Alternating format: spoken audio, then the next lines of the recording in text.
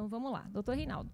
No seu entendimento, então, a reforma trabalhista criou uma nova liquidação de sentença, que inclusive então é o nome do talk show de hoje. Por quê? Eu auxilio na Escola Judicial do TRT-12. Na atual administração, eu sou o coordenador pedagógico. E na última reunião que tivemos este ano, eu apresentei 2 gráficos tratando de liquidação de sentença e cumprimento de sentença. E os colegas de imediato disseram: Reinaldo, esse tema é muito interessante para um talk show, a fim de que todos nós, juízes e servidores, possamos trocar ideia e debater esse assunto. Em razão disso, na semana seguinte, já a Cláudia, diretora do SEDUC, fez contato comigo, aceitei prontamente o convite e sugeri esse título: Nova liquidação de sentença, impugnações, atos decisórios, recorribilidade e reflexos na execução. E por que eu usei a terminologia nova liquidação? O que mudou? Essa mudança foi muito expressiva, foi significativa, foi nenhuma. Há possibilidade de interpretações a respeito desse artigo 879, parágrafo 2º da CLT. Nós temos que observar a sua literalidade, ou é possível interpretar e não adotar expressamente o que foi ali previsto pelo legislador. Enfim, são muitos temas a respeito desse assunto, e eu adianto que encaminhei ao SEDUC e já foi repassado a todos que estão nos ouvindo, os 2 gráficos que mencionei anteriormente, e também encaminhei alguns modelos de despachos, tanto de liquidação de sentença, como de execução, como alguns da própria fase de conhecimento. E caso venha alguma pergunta especificamente sobre algum modelo, por gentileza, especifiquem qual é o número do modelo do despacho a que estão se referindo e qual fase, porque no material remetido eu dividi em liquidação, execução e conhecimento. Bom, muito bem. Doutor Reinaldo, a reforma trabalhista entrou em vigor, como a gente ali falou, em 11 de novembro de 2017, após um período de 120 dias de vacância. Esse prazo foi suficiente para os operadores do direito compreenderem as várias alterações que ela trouxe? Letícia, só para que todos tenhamos uma noção comparativa, o Código de Processo Civil vigente, e está vigente desde 18 de março de 2016, ele revogou o Código de Processo Civil anterior e houve um debate a respeito da elaboração desse novo código por cerca de 5 anos. E após a aprovação pelo Congresso Nacional, um prazo de vacância de 1 ano para que pudéssemos estudá-lo. Nós ainda nem tínhamos digerido e ainda não digerimos a totalidade das inovações trazidas com o advento de um novo Código de Processo Civil, porque muitas situações são aplicáveis ao processo do trabalho, e tivemos a edição da Lei 13.467, entrando em vigor no dia 11 de novembro de 2017, e o prazo de vacância foi de 4 meses. A lei foi publicada em julho, quando normalmente é período de férias, o pessoal está viajando. Resumindo, nós tivemos bem menos de 4 meses para, de fato, estudarmos aquilo que foi aprovado. E o impacto na CLT, abrangendo a parte de direito material do trabalho e direito processual do trabalho, foram cerca de 100 dispositivos que foram acrescentados, modificados, e isso mudou muito, e eu vou falar, e o nosso foco é só a área processual. Isso trouxe um impacto muito grande no processo do trabalho, em razão das inúmeras alterações que existiram, e o tempo foi extremamente exíguo. Eu recordo que em um dos eventos regionais que fizemos em Timbó, porque o nosso estado está dividido em 8 regiões socioeconômicas. E a região socioeconômica, a sexta, da qual eu participo, abrange as varas do trabalho de Brusque, Blumenau, Indaial, Timbó e Rio do Sul. E no prazo da vacância, nós fizemos um evento em uma sexta-feira em Timbó, para estudarmos somente a parte do direito processual objeto da reforma trabalhista. Nós começamos os debates às 9 horas da manhã, paramos 1 hora para o almoço, terminamos às 17 horas e era ainda prazo de vacância, a lei nem vigente, dúvidas e mais dúvidas, e fomos debatendo, trocando ideias, e em situações pontuais nós saímos com 3, 4 ou 5 diretrizes, ninguém sabendo exatamente qual seria o caminho a adotar. Então, o prazo, infelizmente, da vacância da reforma trabalhista foi muito pequeno, tendo em vista a quantidade de aspectos que ela trouxe. Bom, e a reforma trabalhista, diante dessas muitas alterações aí que ela trouxe no direito processual e também material, eu gostaria que o senhor indicasse algumas mudanças, mas principalmente no direito processual. No direito processual foram várias mudanças. Uma delas é em relação aos requisitos da petição inicial. Toda petição inicial, claro, tem que haver a identificação de quem é o autor, quem é o réu, né, reclamante, reclamado, uma breve exposição dos fatos e, antes da reforma, bastava que se fizesse o pedido. Em sendo rito ordinário, não precisava valor. A grosso modo, não precisava valor. No rito sumaríssimo, precisava indicar valor. Com a reforma, o dispositivo que trata do rito ordinário da área trabalhista, o legislador acrescentou que o pedido deve ser certo, determinado e com indicação do valor. Pedido certo é pedido escrito. Pedido determinado nada tem a ver com valor, embora alguns pensem que seja assim. Na minha visão, não. A determinação do pedido é dizer qual é a extensão. A extensão não quer dizer necessariamente número. Tanto assim é que o legislador diz, certo? Determinado e com indicação do valor. E aqui é a grande celeuma. Indicar valor é liquidar o valor? Seria antecipar a fase da liquidação da sentença para dentro da petição inicial, com um cálculo anexo ou dentro da petição inicial? Alguns colegas, magistrados que interpretam nesse sentido. Quem tem que indicar valor, tem que indicar o valor que pretende, portanto, traga o cálculo completo, e é esse valor que vai limitar a eventual condenação. Essa é uma linha de pensamento. Data vênia, eu não concordo com ela. Adoto exatamente a corrente oposta. Indicar valor é, como diz a expressão, apontar um valor. Apontar valor não é sinônimo de liquidação. Então, eu interpreto que esse dispositivo novo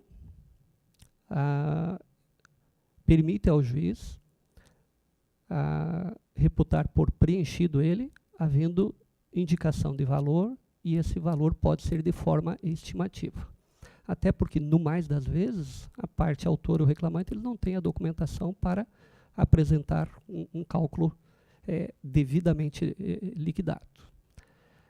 Essa é a primeira alteração processual. A segunda, o princípio da sucumbência, que havia no processo civil, em todos os casos, e para nós, na área trabalhista, a grosso modo, quando o empregado vinha com a ação através do sindicato, ele, mesmo que perdesse determinadas verbas, não pagaria a sucumbência pelas verbas que postulou e não teve êxito. Agora, com a reforma, veio para o artigo 791-A da CLT o princípio da sucumbência para os dois lados, na base de 5% a 15% sobre o valor da condenação, quando for caso de pedido condenatório. E isso, de fato, assustou bastante o nosso público-alvo, os nossos jurisdicionados. Aliada à dificuldade de fazer a liquidação completa, para aqueles que entendem que isso tem que ser feito com a petição inicial, a possibilidade de ter condenação e honorários, o trabalhador sendo condenado a pagar honorários advocatícios ao advogado da parte contrária. E a previsão da lei ainda que haja a retenção desses valores. Todos assuntos bem discutíveis que permitem interpretação. A terceira situação, são inúmeras. Terceira, a execução de ofício. Desde o surgimento da Justiça do Trabalho, na época que era ainda vinculada ao Ministério do Trabalho, nem pertencia ao Poder Judiciário, a execução na área trabalhista sempre foi de ofício. Ninguém precisava requerer a execução. Houve a decisão, ela transitou em julgado, tem que cobrar. Quem vem a juízo e pede o reconhecimento de um direito, por evidente, ele não veio só para dizer, eu quero só que reconheça. Não quero efetividade nesse direito, não quero cobrar ele. Claro que isso não faz sentido. Não faz sentido nem aos olhos do leigo, muito menos faz sentido para nós da área jurídica, principalmente da área trabalhista.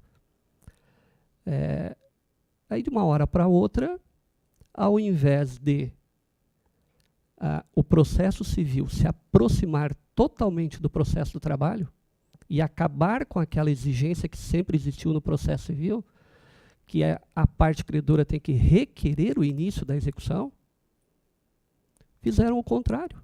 Trouxeram, na minha visão, o que já não prestava no processo civil para o processo do trabalho, de forma que agora o juiz, na literalidade do artigo 878 da CLT, ele não executa mais de ofício a necessidade de requerimento, exceto se as partes estiverem jus postulante, ou seja, sem advogado.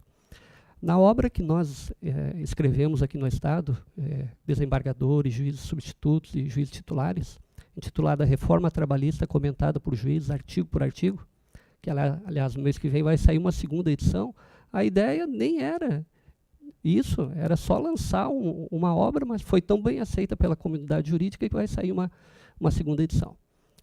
Nessa obra eu comento o artigo 878 da CLT. E eu começo interpretando o 878 fazendo a seguinte menção.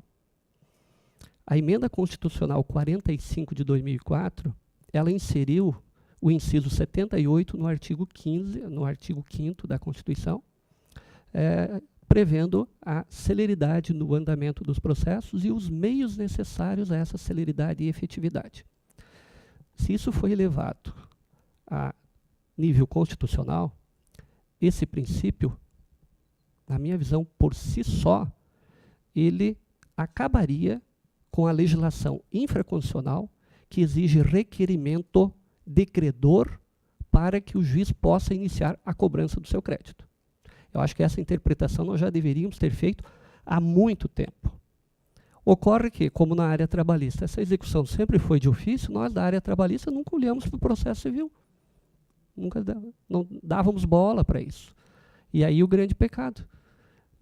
Os advogados que atuam na Justiça Federal Comum e na Justiça Comum nunca questionaram que esse dispositivo do CPC não estaria mais vigente por ferir a Constituição. Ainda mais com a vigência do novo CPC, que trouxe uma nova principiologia, e no início do código tem 10, 11 artigos, todos tratando de princípios, e um deles é a primazia da integral decisão de mérito, de forma justa e efetiva. Integral decisão de mérito é analisar o mérito, a discussão, o litígio e dizer quem tem direito ou não. Dar efetividade é dar a cada um o que é seu. Então, nós temos norma constitucional, temos norma infraconstitucional e estamos a aplicar um dispositivo retrógrado do CPC que foi trazido para dentro do processo de trabalho para colocar amarras no juízo do trabalho quanto à cobrança do crédito trabalhista, que é um crédito de natureza salarial que não está sujeito a esse requerimento. Fiz 3 colocações. A quarta seria o tema do nosso assunto, em que o legislador mudou uma palavra no parágrafo 2º do artigo 879 para dizer que a vista dos cálculos de liquidação é obrigatória, sendo que antes a previsão legal aqui era facultativa. Mas são muitos temas. Mais um só.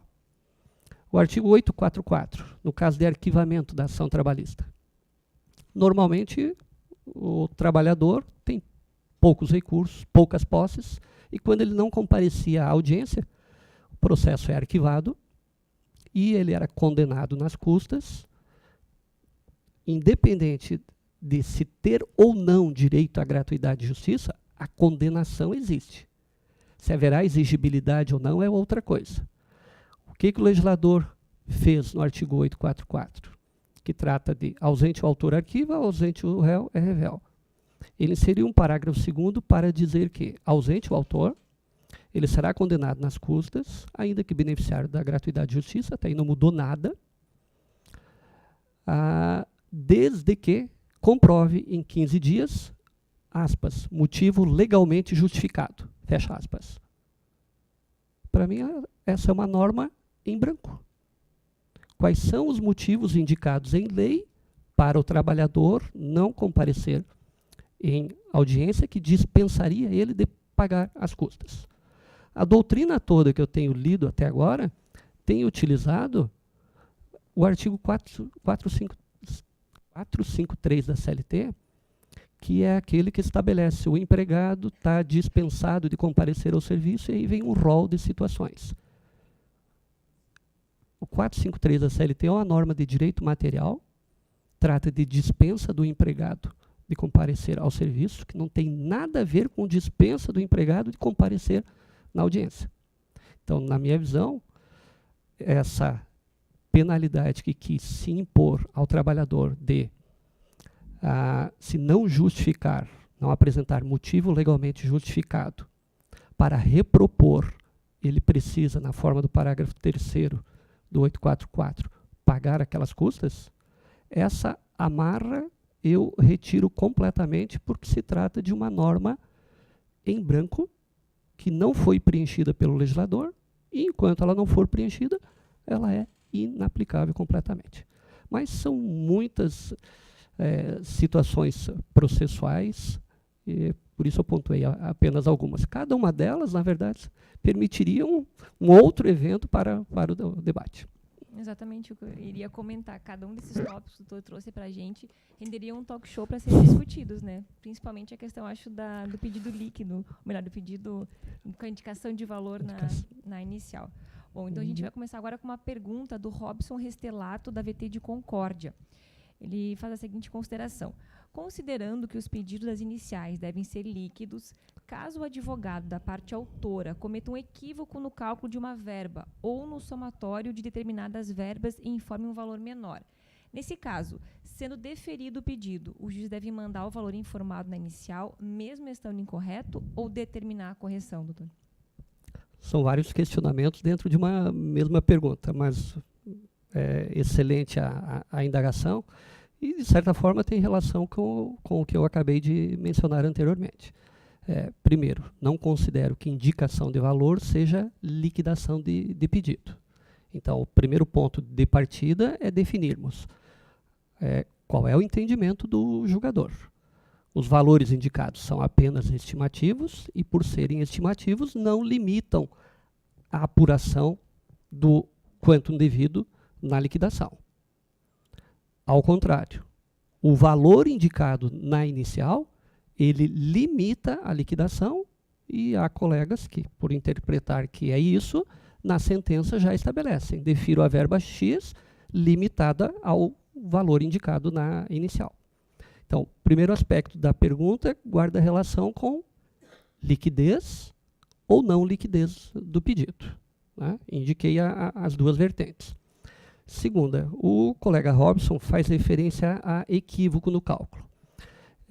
Se o equívoco é de operação matemática, 2 e 2 deu 5, isso é erro material. Erro material não transita em julgado.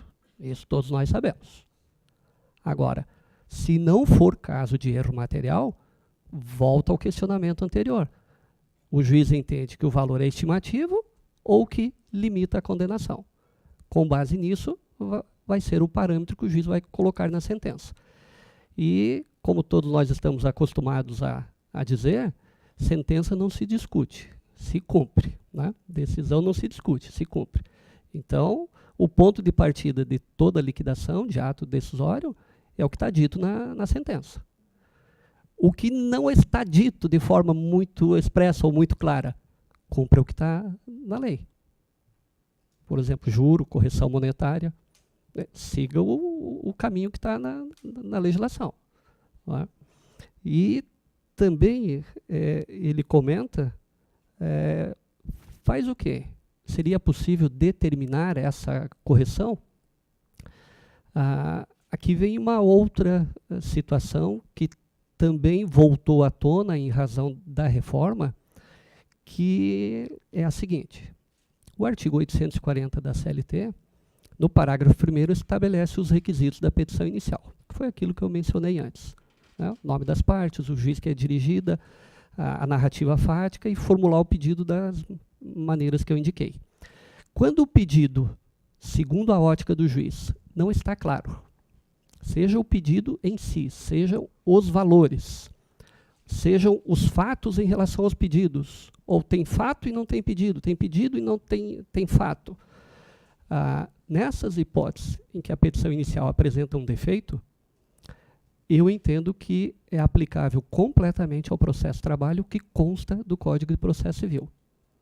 O autor tem direito à integral decisão de mérito. E, para isso, deve o juiz apontar objetivamente quais são os vícios, quais são as inconsistências, quais são as dificuldades que ele vislumbrou nessa leitura da inicial, que ele terá no momento de fazer a sentença. Até porque no CPC anterior, se o juiz tivesse que interpretar o pedido, a determinação do legislador era interpretação restritiva.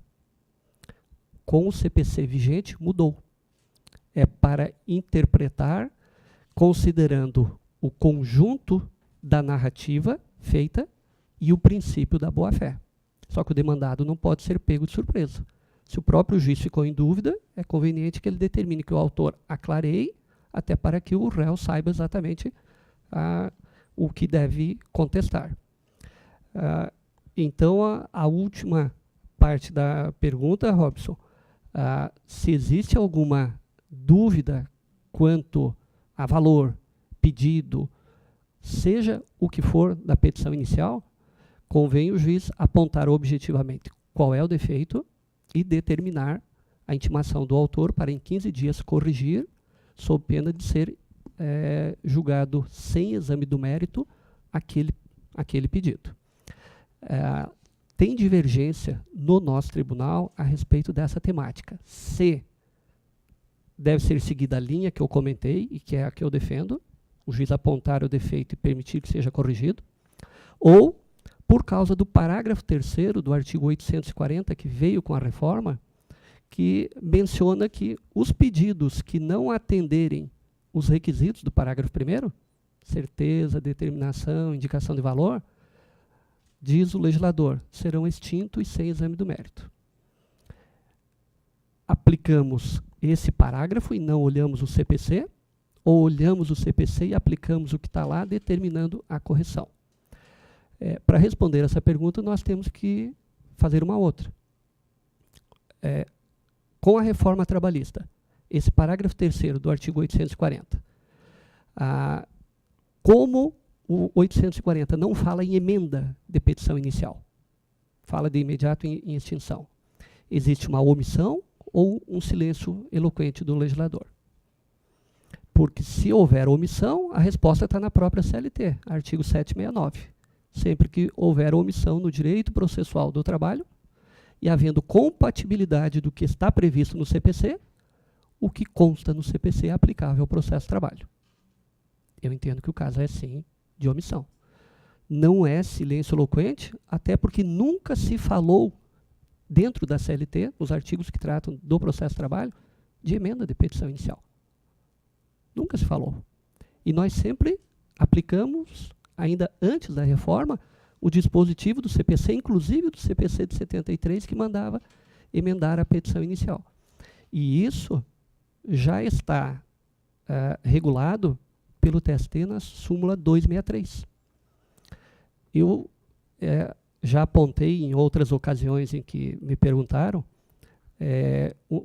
uma inconsistência de interpretação, um defeito com a devida vênia do ministro do TST, na parte inicial dessa súmula, porque ela foi atualizada depois que veio o novo CPC. Diz a súmula 263, salvo os casos do artigo 330 do CPC, que são, a petição inicial será indeferida e vem um rol de hipóteses. Salvo os casos de indeferimento, os outros vícios, o juiz tem que apontar o defeito e intimar a parte autora para corrigir o vício. Esse, salvo os casos do 330, a meu sentir, não existe, porque ele conflita com a principiologia do Código, que busca a primazia da integral decisão de mérito, e o artigo 4º do CPC, que trata do princípio da primazia da integral decisão de mérito, ele é um princípio matriz. Mas dentro do próprio CPC existem mais de 10, repito, mais de 10 dispositivos que são subespécies desse princípio mãe. E um deles está no artigo 317, que diz: não se proferirá decisão sem exame de mérito, sempre que possível sanar o vício. Só o juiz indicar o vício, intimar a parte, ela sana. E o próprio artigo 321 também que diz: quando a petição inicial tiver irregularidades, inconsistências, o juiz deve apontar objetivamente qual é e conceder prazo de 15 dias. E essa súmula fala do 330 no início e lá no final fala do 321. Ou seja, falta de requisito da petição inicial, o TST concorda que tem que intimar. Mas, na minha visão, o engano do TST foi abrir aquela ressalva aqui, exceto nos casos do artigo 330 do CPC, que são hipóteses de indeferimento da petição. E só para concluir esse aspecto, e a pergunta do Robson é que nos levou a esse assunto.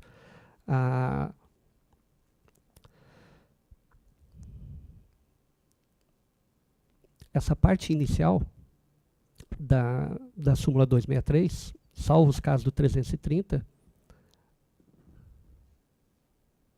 foi o cansaço mental, fugiu o que eu ia dizer. Se eu lembrar depois eu digo. Eu vou fazer mais uma pergunta do Robson, a gente vai ainda falar sobre o Robson. Então sobre esse tema? Posso fazer uma pergunta em cima desse tema a respeito da petição inicial? Okay. A única coisa que eu queria saber do senhor, porque já entendi que o senhor é da corrente, então, de que, no caso, bastaria a indicação dos valores por estimativa. Eu queria saber se o senhor tem algum critério específico para essa questão da estimativa, se o senhor entende que existe algum critério mínimo por estimativa. O que seria exatamente assim?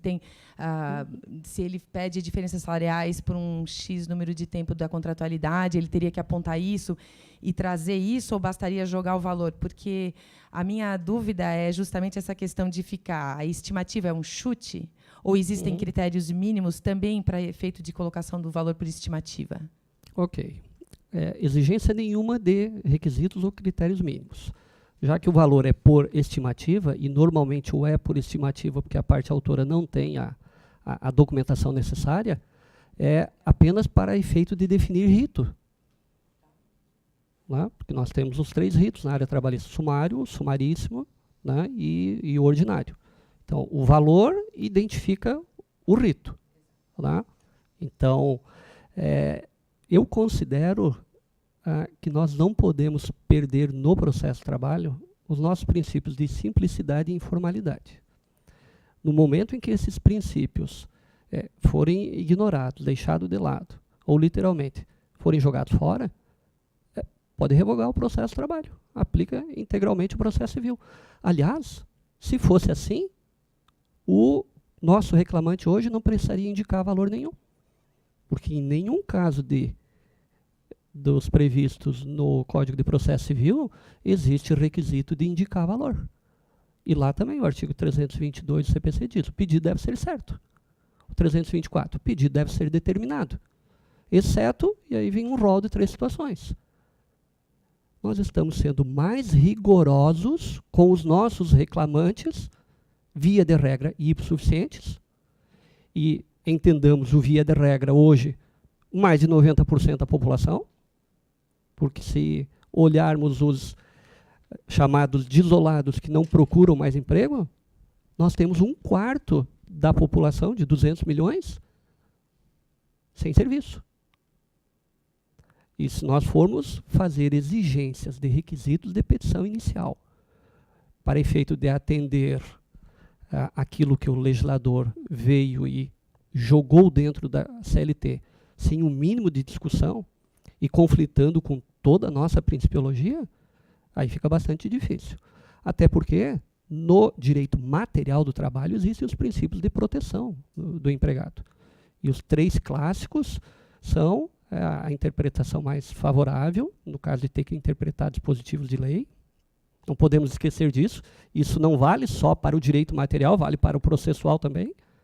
Porque não adianta eu dar toda a proteção no âmbito do direito das obrigações e deveres, e na hora de ter que vir a juízo buscar aquilo que não foi cumprido, nós colocarmos exigências completamente severas para atendimento do nosso trabalhador.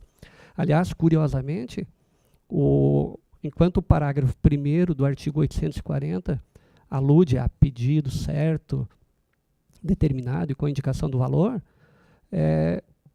quando se trata de petição inicial escrita, quando for caso de reclamação a termo verbal, que é o parágrafo seguinte, ele repete que a verbal tem que atender todos os requisitos do parágrafo anterior, menos indicar valor. Então nós estamos criando 2 classes de trabalhadores. O trabalhador que reclama de forma verbal e não precisa indicar valor, e o reclamante que, por reclamar de forma escrita, precisa indicar valor. Enfim, os próprios dispositivos da CLT permitem algumas interpretações entre eles próprios, isso para não falar que no âmbito constitucional dificulta sobremaneira o acesso à justiça. É por isso que eu facilito ao máximo o ingresso da ação trabalhista e vou mais longe. Com muita frequência, tenho me deparado com processos que estão conclusos para sentença e só ali constato que faltam os valores estimativos lá na inicial. Se eu fosse aplicar o parágrafo 3º do artigo 840, sentença sem exame de mérito, acabou, começa de novo. Jamais, em hipótese alguma, eu vou fazer isso. Respeito os colegas que assim fazem em razão do entendimento que têm e possuem a sua devida fundamentação para tanto. Faço exatamente o contrário. Invoco a omissão da CLT quanto à emenda, aplico o CPC, aplico a súmula 263 sem aquela parte inicial que, nos casos de indeferimento, é indeferimento liminar, porque isso não está escrito ali. E esse equívoco, na minha visão, advindo do TST, respeitando novamente todo o colegiado de lá, decorre da Instrução Normativa 39 de 2016. Porque quando ela foi editada, e foi editada na mesma semana que entrou em vigor o CPC, o TST analisou integralmente o Código de Processo Civil, que tem 1.072 artigos, e pontuou em aproximadamente 20 artigos quais os que seriam completamente aplicáveis para nós, quais os totalmente não aplicáveis e quais os aplicáveis com algumas adaptações. Foi um estudo belíssimo. Na verdade, a área trabalhista saiu na frente no estudo do direito processual civil, na minha visão. Sem olhar aqueles que criticam a edição de uma instrução normativa por TST dizer qual era o entendimento antes mesmo de o assunto chegar lá. Me parece que o TST agiu bem. Até porque, se não tivesse feito isso, muitas questões ainda nem teriam chegado lá, nós não saberíamos o entendimento e estaríamos aqui embaixo, cada um julgando por um lado. Então, puxei demais o assunto de novo e me perdi. Então vamos voltar. Acho que respondeu ali a pergunta, Silvana. Bom, o Robson faz mais uma pergunta. Ele comenta o seguinte: outra situação que ele já observou na apuração das contribuições previdenciárias. Às vezes, os valores informados na inicial não fecham com aqueles apurados no PJE-Calc, pois foi utilizada uma base de cálculo equivocada para apurar o valor da inicial. Então, ele faz a seguinte pergunta: se o cálculo for enviado ao contador para liquidar, a correção deverá ser feita de ofício? Deve ser feito algum apontamento para o juiz corrigir na sentença ou deve ficar limitado ao valor da inicial? Guarda relação também com aquele questionamento anterior. Tem defeito na inicial ou a própria sentença não é muito clara em relação ao que fazer? O contador não tem solução. De regra, ele não consegue fazer embargos de declaração escrito. Normalmente, às vezes, ele vai lá e conversa com o juiz, olha, vi isso, quer que eu vá por aqui, quer que eu vá por ali, mas os critérios do contador são aqueles. O que foi determinado que se faça na sentença é aquilo que tem que ser feito porque transitou em julgado. Se for caso de erro material, não transita em julgado. Não é? E, fora isso, como eu disse, só o embargo diretamente com o contador, e eu faço muito isso com o contador que atua na vara lá de Indaial, ele tem alguma dúvida, ele vem falar comigo, eu tenho alguma dúvida, eu falo com ele, a hora que a conta sai, já sai conforme o entendimento, que é o que vai ser dado depois se houver alguma controvérsia. Bom, e quais são as formas, então, doutor Reinaldo, de liquidar a sentença? A CLT prevê 3 maneiras de liquidar a sentença. O caput do artigo 879. Diz ele, sendo ilíquida, a sentença será liquidada previamente por cálculos, arbitramento e por artigo. Então, essas são as 3 maneiras clássicas de definir valores e, tranquilamente, mais de 95, 6, 7% dos casos, a hipótese é de liquidação por cálculos.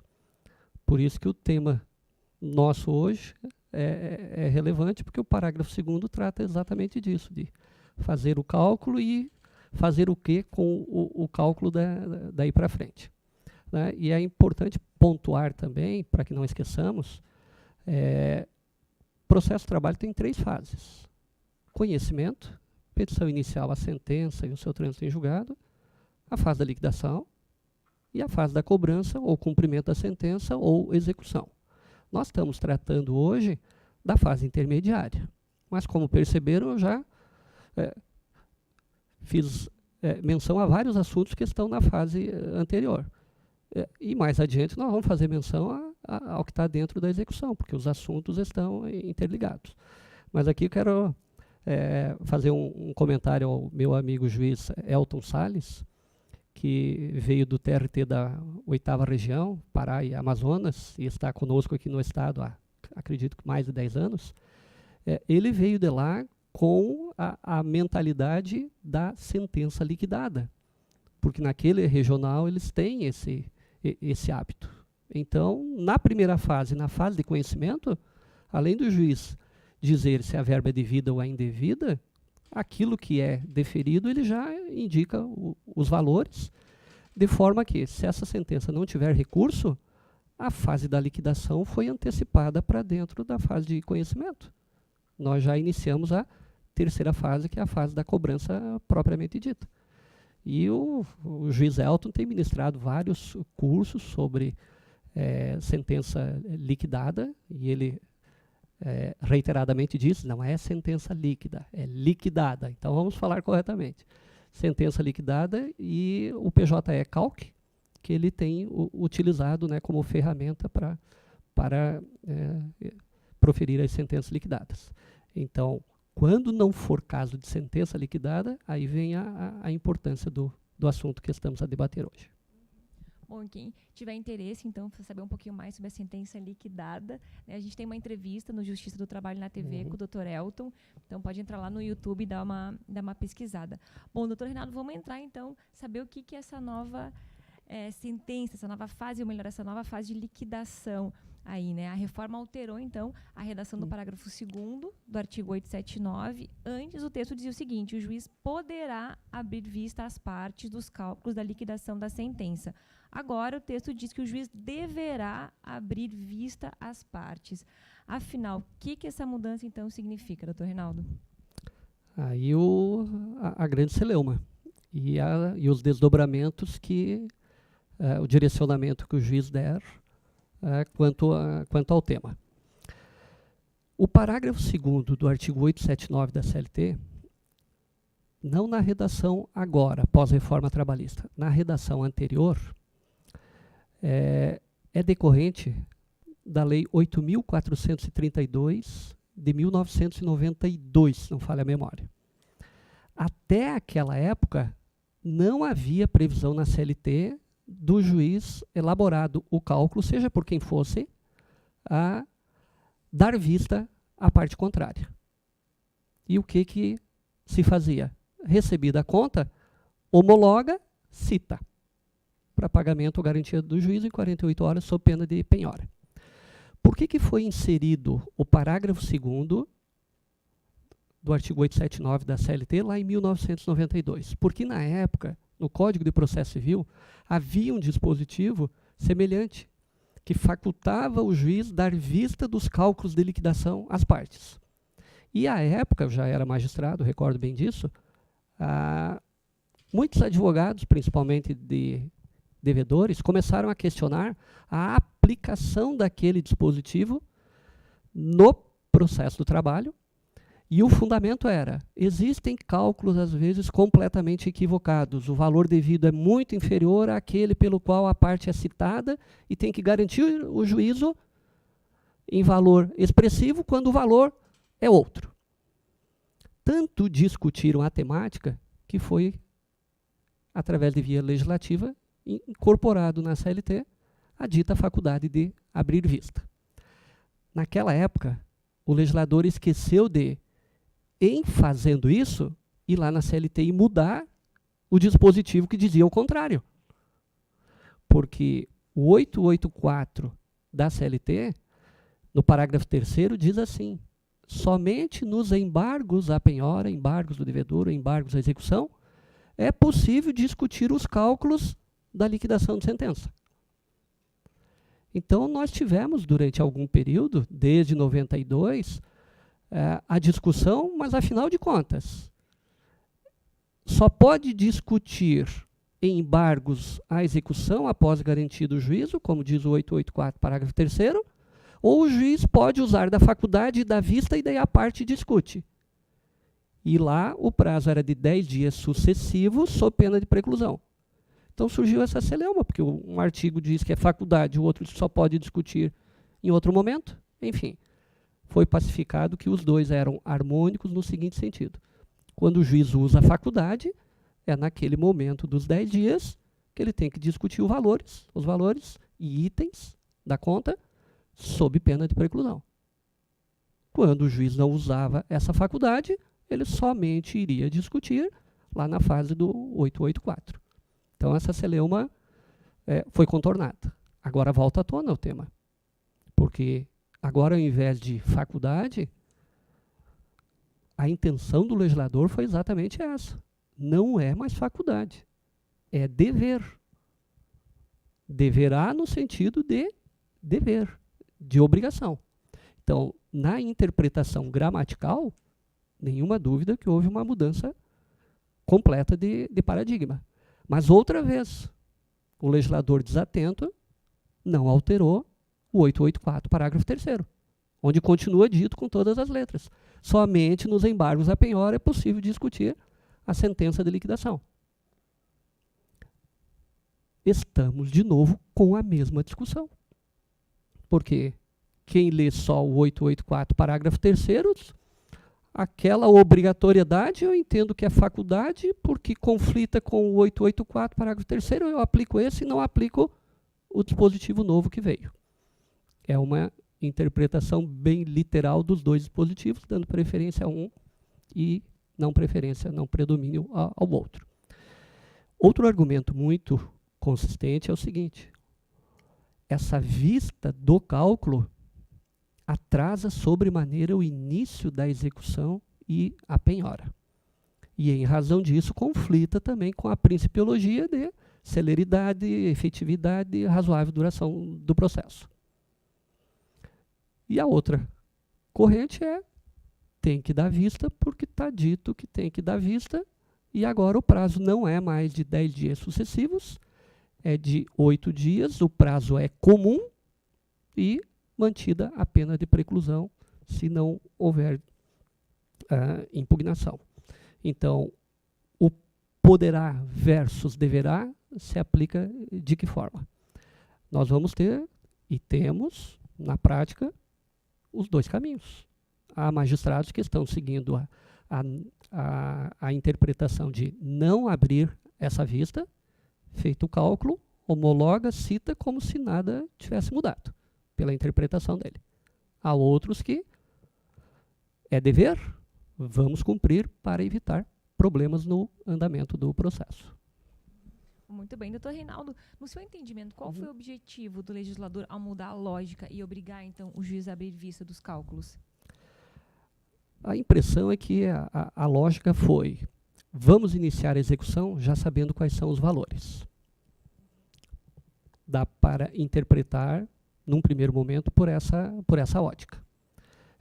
Ocorre que, como estávamos habituados na área trabalhista a elaborar o cálculo, homologa, cita, garante o juízo e depois discute, se é que vai discutir, essa regra veio e, num primeiro momento, causou aquela perplexidade, mas isso colide com tudo. Colide com celeridade do processo, razoável duração do processo, o pagamento o quanto antes, em prazo razoável, do crédito alimentar trabalhista.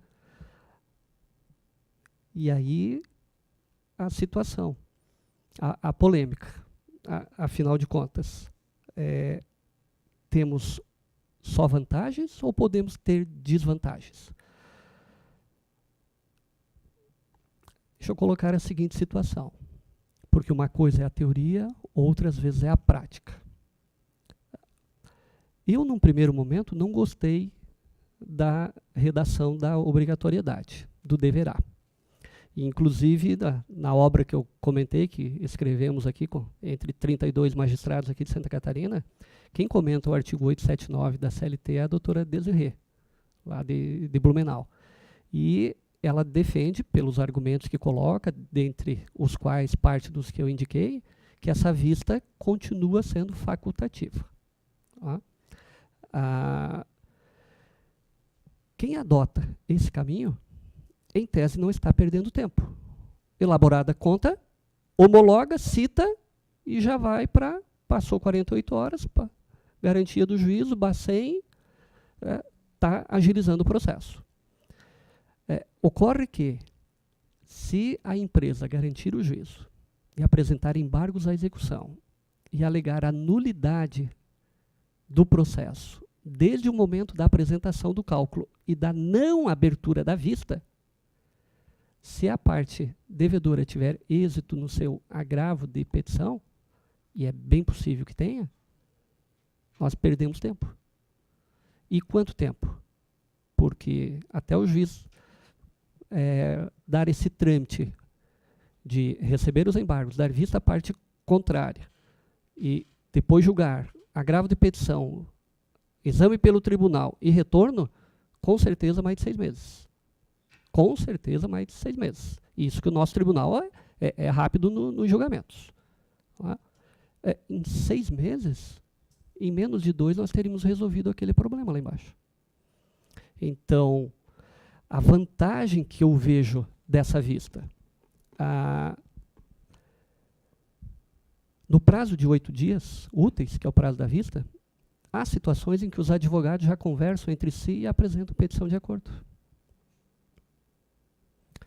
Há situações em que a empresa, tendo vista da conta, ela peticiona e já diz, eu quero pagar, mas quero usar o benefício da lei lá de pagar 30%, já estou depositando 30% e quero pagar o resto em 6 vezes.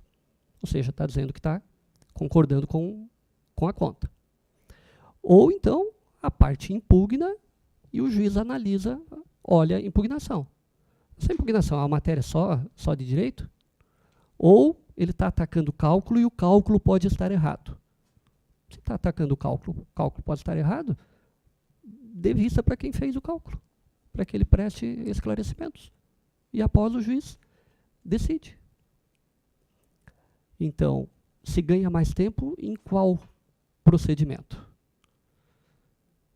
Em cumprir o que está escrito literalmente e talvez já viabilize uma composição, um pagamento ou logo iniciar a execução, até porque se não houver impugnação, homologo, registra no PJE, dou por solucionada a liquidação, registre-se o início da execução, tem que dar vista à União, no mais das vezes não, porque só dá vista à União quando o cálculo de contribuição previdenciária é acima de R$20 mil, em seguida já vai para a citação. E a citação é feita na pessoa do advogado se o devedor tem advogado. Caso contrário, é feito diretamente. Então, no mais das vezes, o cálculo está correto. Não tem impugnação. Mas, se homologar direto, há o risco da hipótese que eu comentei. Aliado a que, fora o agravo de petição, a parte tão logo seja citada, ela pode ingressar com um mandado de segurança, ao argumento que ela tem direito líquido e certo àquela vista.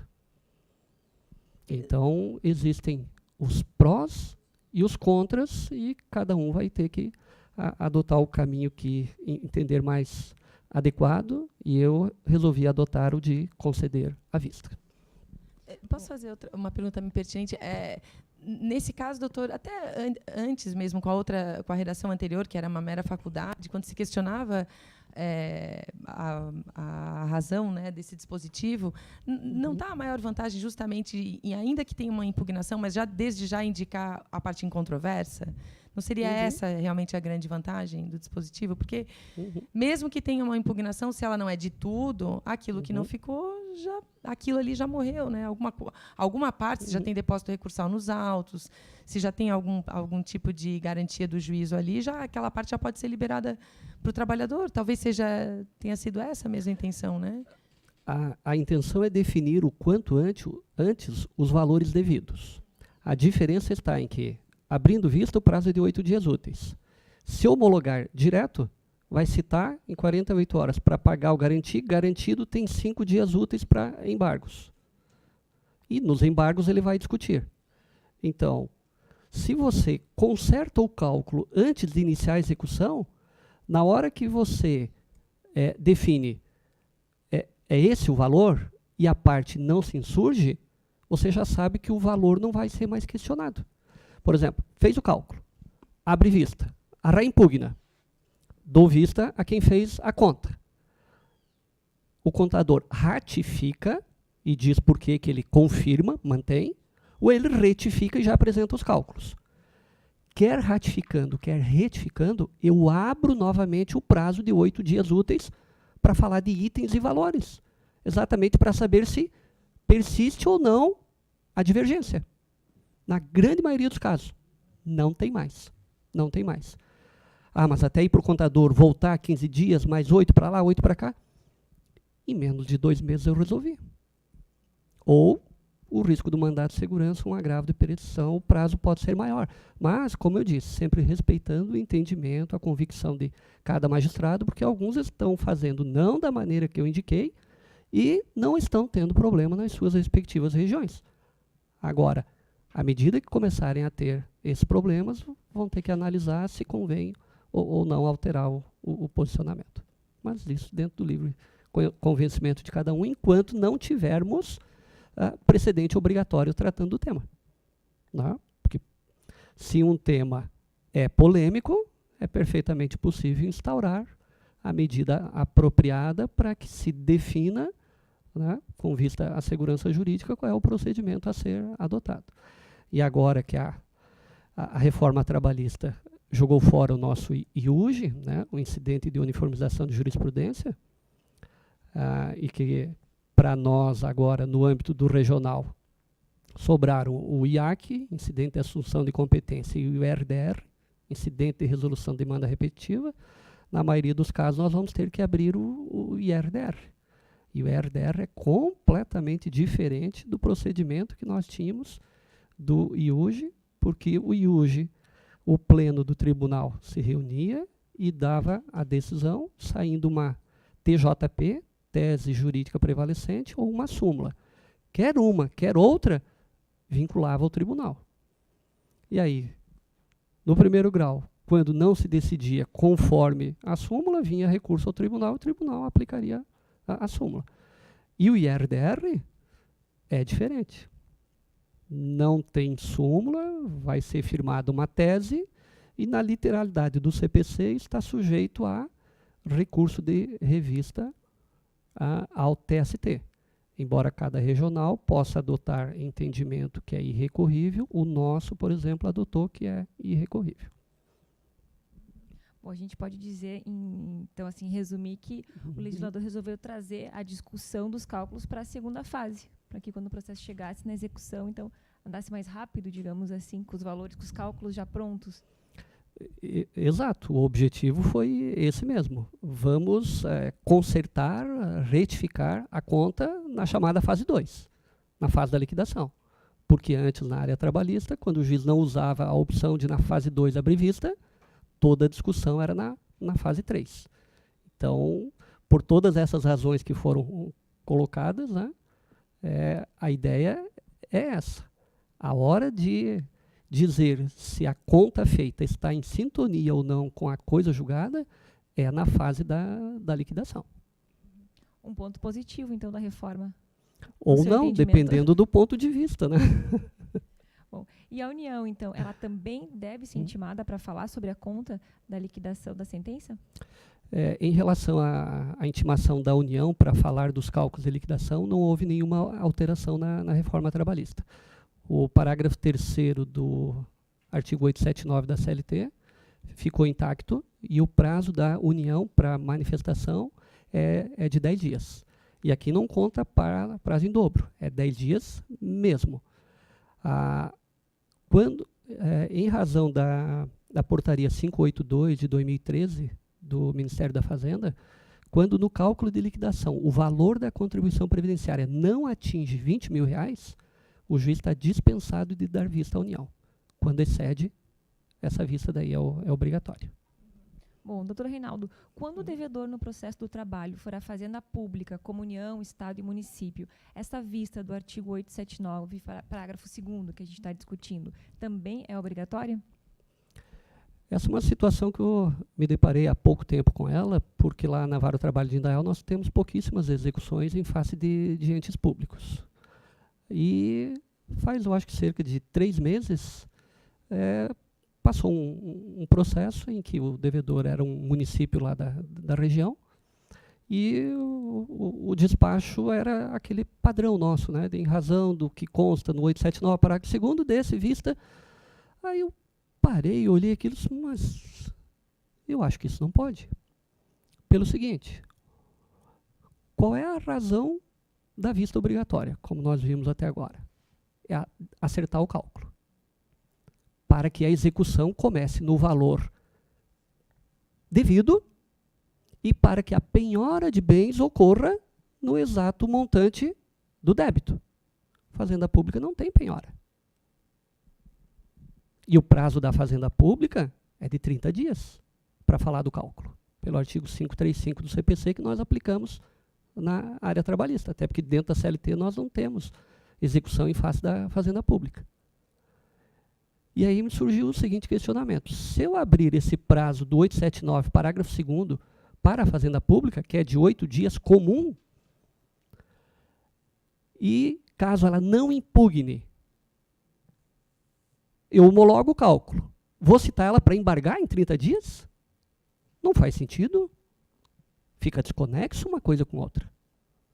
Então, no material que eu remeti, eu encaminhei alguns modelos de despachos, consta o despacho em se tratando de cálculos em face de fazenda pública, e pelas razões que eu lá pontuo, eu digo que é incabível, em se tratando de fazenda pública, essa vista de 8 dias, do 879, parágrafo 2º, porque o prazo dela é maior, é de 30 dias, e imagine que eu abrisse essa vista de 8, ela não fala nada.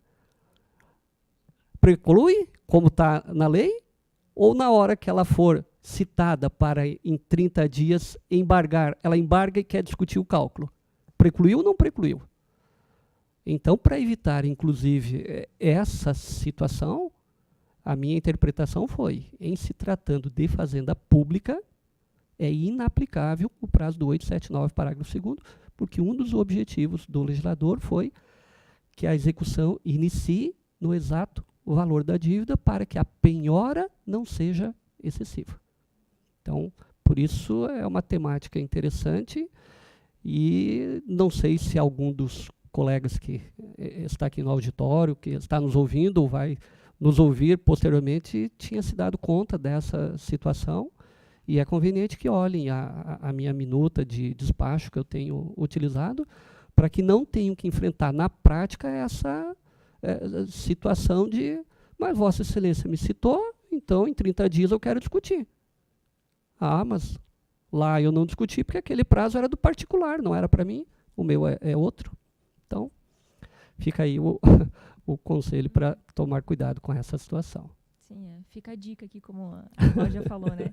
Bom, o colega Fernando Marcon, da VT de Palhoça, ele mandou 4 perguntas aqui para a gente. A primeira, ele fala o seguinte: o entendimento de que a decisão prevista no artigo 879, parágrafo 2º da CLT, é irrecorrível por possuir natureza interlocutória, não está ultrapassado se levarmos em conta a intenção do legislador quando da reforma trabalhista? Entendo que não, Fernando, porque o objetivo da reforma trabalhista, pelo que nós vimos em relação à liquidação de sentença, foi definir o valor naquele momento. Mas em nenhum instante, dentro do 879, houve qualquer menção à recorribilidade imediata ou não do ato decisório que aprecia as impugnações. Então, os dispositivos que regulam a recorribilidade de decisões interlocutórias continuam a ser os mesmos antes da reforma. O artigo 893, parágrafo 1º, estabelece que só cabe recurso de decisões interlocutórias quando da decisão final. Fase de conhecimento. Sentença cabe recurso ordinário. Fase de liquidação de sentença. O juiz aprecia a impugnação e julga. Qual o recurso que cabe? Nenhum. Como nenhum? Se o objetivo é definir o valor, como é que não vai ter recurso? Porque aí a execução vai iniciar com um valor que pode ainda ser objeto de embargos à penhora e vai ter um recurso lá na frente. Por que não cabe recurso aqui? Não cabe recurso aqui exatamente por causa do 884 que trata dos embargos do devedor. O parágrafo 3º que eu comentei antes, que é aquele que somente nos embargos do devedor é possível discutir a sentença, o parágrafo seguinte, o 4º, estabelece que do julgamento dessa decisão, e seja a impugnação do credor trabalhista, do credor tributário ou embargos do devedor, é dessa decisão dada após ofertados os embargos, vista a parte contrária, é essa decisão que o juiz profere, essa é que é recorrível nos termos da CLT, porque se trata de uma decisão proferida na fase de execução, que é o que diz o artigo 897, letra A da CLT. Cabe agravo de petição das decisões proferidas na execução. Entenda-se, decisões definitivas. Essa é uma decisão definitiva. Aquela decisão lá em que o juiz analisa a impugnação, aquela é interlocutória. Quanto a isso, não há dúvida. Mas por que não cabe recurso? Porque não tem previsão expressa de recurso nessa fase. Na verdade, isso sempre foi assim. Inclusive, quando o juiz usava aquela vista e, facultativamente, ele dava vista e tinha uma impugnação e julgava, não cabia agravo de petição. Até é possível que se encontre um ou outro precedente de regional admitindo o agravo de petição. Mas, na minha visão, não tem amparo legal para isso. Essa decisão é interlocutória. E eu, inclusive, trago o seguinte exemplo. O IDPJ, incidente de desconsideração da personalidade jurídica. Previsto o procedimento lá no CPC, e com a reforma trabalhista, está dito que o que consta no CPC vale para nós. E, na verdade, o legislador reformista ele copiou o que disse o TST na Instrução Normativa 39/2016, quanto ao IDPJ, que ele cabe, no âmbito do processo de trabalho, que o requerimento pode ser feito já na própria petição inicial ou durante a fase do processo de conhecimento, mas se feito durante essa fase, ele vai ser analisado junto com a sentença. Logo, da sentença cabe a RO, inclusive, para atacar a decisão do IDPJ. E o 855A da CLT, que veio com a reforma trabalhista e trouxe o IDPJ, ele diz, 855A, parágrafo 1º, inciso 2, que das decisões proferidas no IDPJ na execução, cabe agravo de petição. E notem que aqui existe uma exceção porque o juízo não está seguro, porque o que é o IDPJ? É instaurada a execução em face da empresa, não localizados bens. Então vamos trazer os sócios para dentro do processo de execução. Cita o sócio, ele se defende em 15 dias úteis, se precisar produzir prova oral, marca a audiência e depois o juiz dá uma decisão do IDPJ. Notem, nós estamos dentro do processo de execução. Foi instaurado o incidente. Dessa decisão, não era para caber agravo de petição, porque não há garantia nenhuma do juízo. A empresa não tem bens e nem o sócio ainda teve bens penhorados, embora o juiz até possa usar uma tutela de urgência e bloquear bens. Mas, nesse caso, o legislador, de forma expressa, disse: cabe agravo de petição dessa decisão. Então, as interlocutórias só são recorríveis no âmbito do processo de trabalho se houver norma expressa. Aqui é um caso. Fora esse, não há nenhum outro caso de recorribilidade imediata. E eu faço essa interpretação pela leitura do 879, parágrafo 2º, o 884, parágrafo 3º, parágrafo 4º, o 897, letra A, e o 893, parágrafo 1º.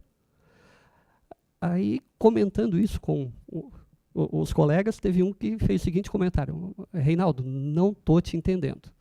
Você está puxando 4 dispositivos para fazer essa miscelânea toda para dizer que não cabe recurso e, então, se eu estou te entendendo direito, liquidação de sentença, o juiz abre vista, uma das partes impugna, o juiz rejeita a impugnação, não cabe recurso desde logo, o juiz manda citar, ela garante o juízo, se for a impugnação do devedor, ele embarga, apresenta os seus embargos, o credor trabalhista responde os embargos e depois o juiz julga. Esse julgamento do juiz é cópia da primeira decisão, quando rejeitou a impugnação. E os embargos do devedor é cópia da primeira impugnação que ele fez dentro da liquidação da sentença. Você quer instaurar no processo do trabalho o piu-piu-piu-piu? Porque o mesmo piu e piu da liquidação é o mesmo piu e piu lá. Deve ser. Eu não falo em piu-piu, só falo que a parte vai ter que reiterar pela via própria, que é o 884, e o juiz, se entender que os argumentos lá em nada afetam a sua decisão, ele vai literalmente copiar a sua decisão, porque é só dessa decisão que cabe ao agravo de petição. E isso não estou inventando, isso está na lei. O problema é que a reforma trabalhista nos trouxe essa situação de definir na fase de liquidação de sentença se a conta está certa ou não, a se adotar esse critério. E em razão disso, da irrecorribilidade nesse momento, o próprio legislador estabelece que a recorribilidade é da decisão que julga lá as insurgências das partes no prazo do 884. Eu não vejo como não ser essa a diretriz. Até porque, a se entender que seria recorrível aquela decisão da impugnação, aí é um recurso sem a garantia do juízo. Segundo, é um recurso na fase de liquidação de sentença, a míngua de previsão legal. E o artigo 893, parágrafo 1º, quando ele diz que das interlocutórias não cabe recurso, ele trata de todo o processo de trabalho. Da fase de conhecimento, da fase de liquidação e também da fase de execução. Notem, por exemplo, na fase de execução, se nós tivermos um incidente para discutir que a dívida não existe, como é que é o nome lá? A exceção de pré-executividade. A empresa executada é citada para pagar a dívida. Ela vem e apresenta uma exceção de pré-executividade. A dívida está dito que é de hora extra. Olhando o cálculo, a sentença não fala em hora extra. Eu não devo essa verba. Exceção de pré-executividade. Não estão presentes os pressupostos mínimos para deflagrar uma execução de algo que eu não devo. O juiz dá vista à parte contrária e julga o incidente. E ele julga dizendo, você tem razão. Notem que ele não garantiu o juízo, mas o processo de execução não vai para frente porque o juiz deu ganho de causa nessa decisão interlocutória. É uma decisão interlocutória que, na verdade, é extintiva da execução. Cabe agravo de petição. O inverso. O juiz rejeita a insurgência. É interlocutória e não cabe recurso. Temos súmula do nosso tribunal nesse sentido. Então, de que as interlocutórias são irrecorríveis, nós sabemos há muito tempo, é essa a previsão legal, e nesse ponto o legislador reformista em nada alterou.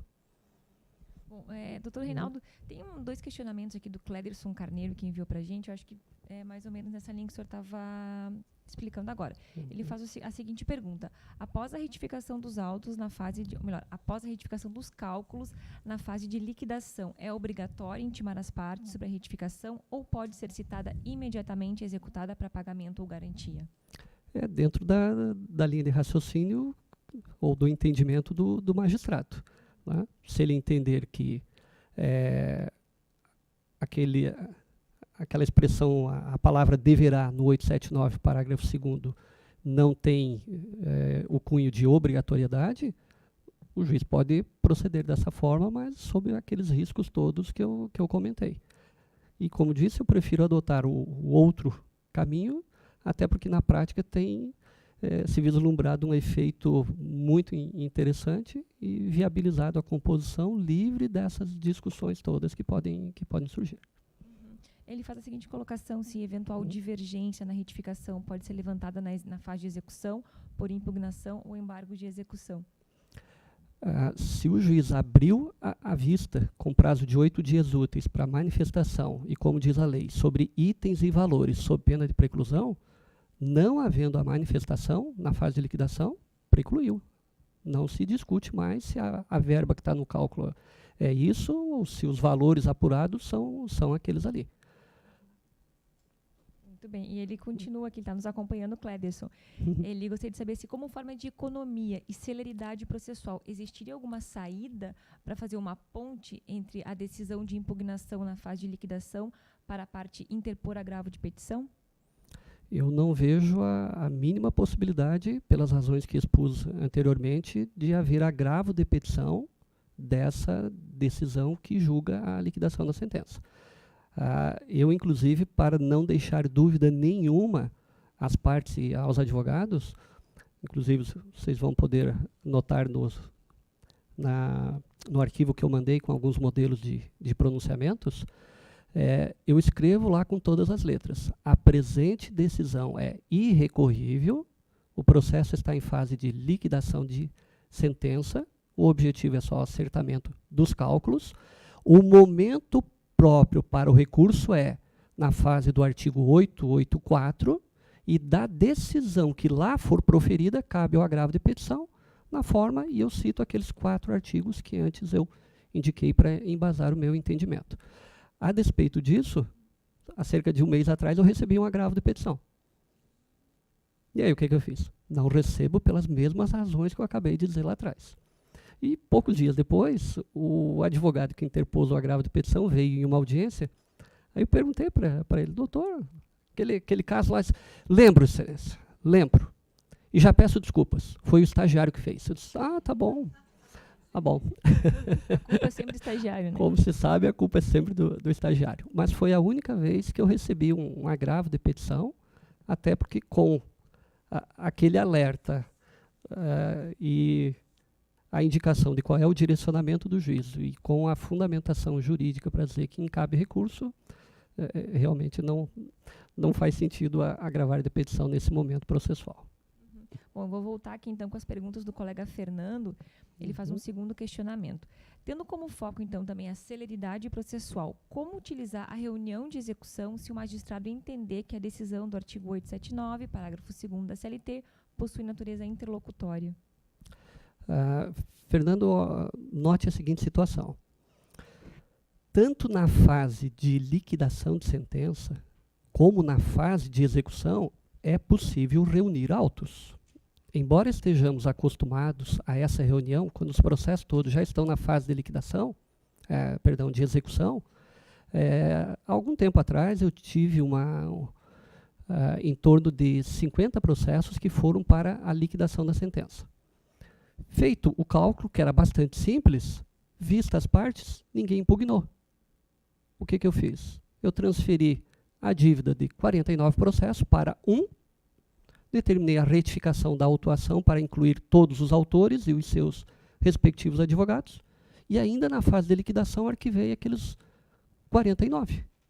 Então, a fase de liquidação permite isso também.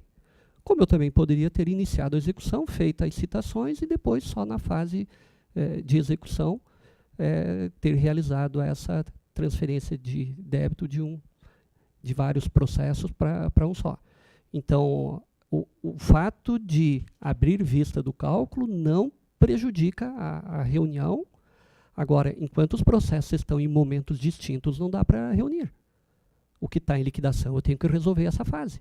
E ainda, em razão da tua pergunta, ainda que coubesse o agravo de petição, sempre que tem um recurso no PJE, você tem que remeter os autos inteiros para o tribunal.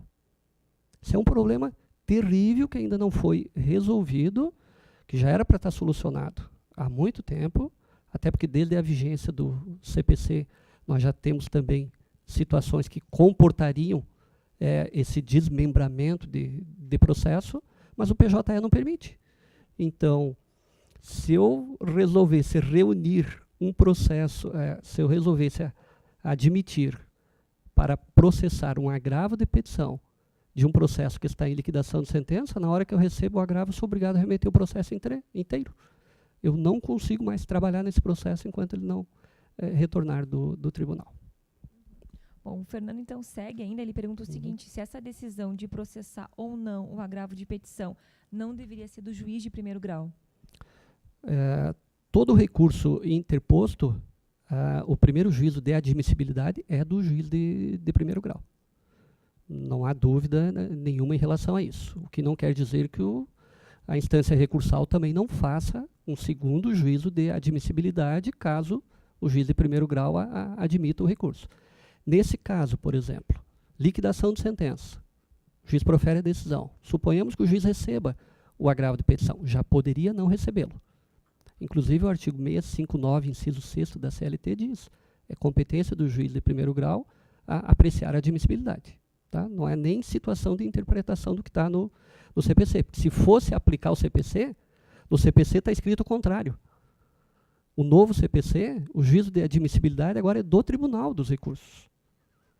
E o curioso é que, quando entrou em vigor o Código de Processo Civil, eu participei de um evento nacional para discutirmos as novidades, né, desse novo diploma processual e apresentarmos enunciados, e chegou na plenária o seguinte enunciado.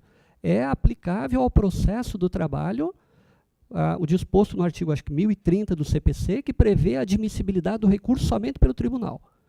E esse enunciado chegou na plenária e todo mundo, é isso mesmo. Eu disse, epa, como que é isso mesmo? Se for assim, imaginem, a área trabalhista, toda sentença vai ter recurso, porque é só o tribunal quem tem condições de analisar. Eu recordo que naquele evento tinha um desembargador do Rio Grande do Sul, sentado bem na frente, e ainda olhei para ele.